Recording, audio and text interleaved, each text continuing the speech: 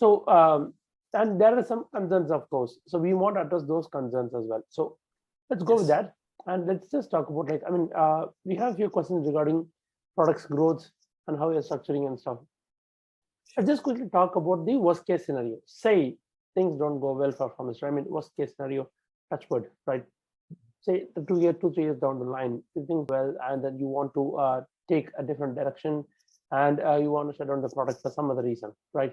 So what would happen to the LTD customers in that case? Right. See, I would say it's not going to go down first. Right. I'll come to your question also. So, yes. So yeah, first thing, it's not going to go down. The reason I say is, even before we did LTD, we are live for 2.5 and 3 years. So the app has always been running, everything has been happening, improvement has been happening, right? Customer acquisition has been happening. It's not like that we built this product and we came to LTD and like we are in some rush. Right. That thing. Some companies and some products are in rush. We are in no rush. That's what I said. We want to be bootstrapped because that gives me freedom. I may be spending around maybe $200 on my servers, but that's pretty much it. I can put it in from my money or from somewhere, right? So that is how maybe the rate of development will slow down, but being bootstrapped gives me that leverage to run it for as long as I want. First thing, we have already been running before we did LTD, and we will continue to do so. So that is the first part.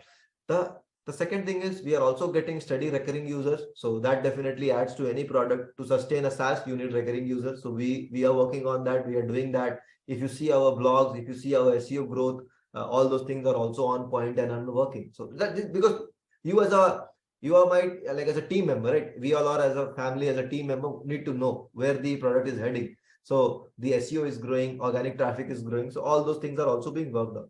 And third thing, Sampath, God forbid, if ever formation has to go down, my idea is we will be making the code open source. Okay. If ever it has to happen. Okay.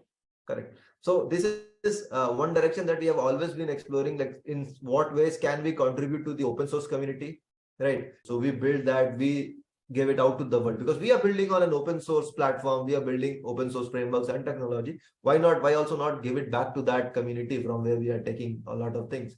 So that has been idea. We always keep exploring on what can be open source and tying it back to the first point that we were discussing early, that we want to build an ecosystem of plugins. So that has to be a bit more open. So a lot of things would be opening up in that end. But yeah, to not very complicate the answer, if God forbid, our attempt would be to make it an open source software. So let's say you put in the money, you at least have access to this product. If you want to host it in your own way or do anything with it, so you at least, it's not like, okay, your money went in, the product went down, something like that. So something, you will have something, at least you would have given something to the community, and now maybe somebody else can come in and take charge of the product. They can take it in a different direction. A lot of things can happen once something becomes open source.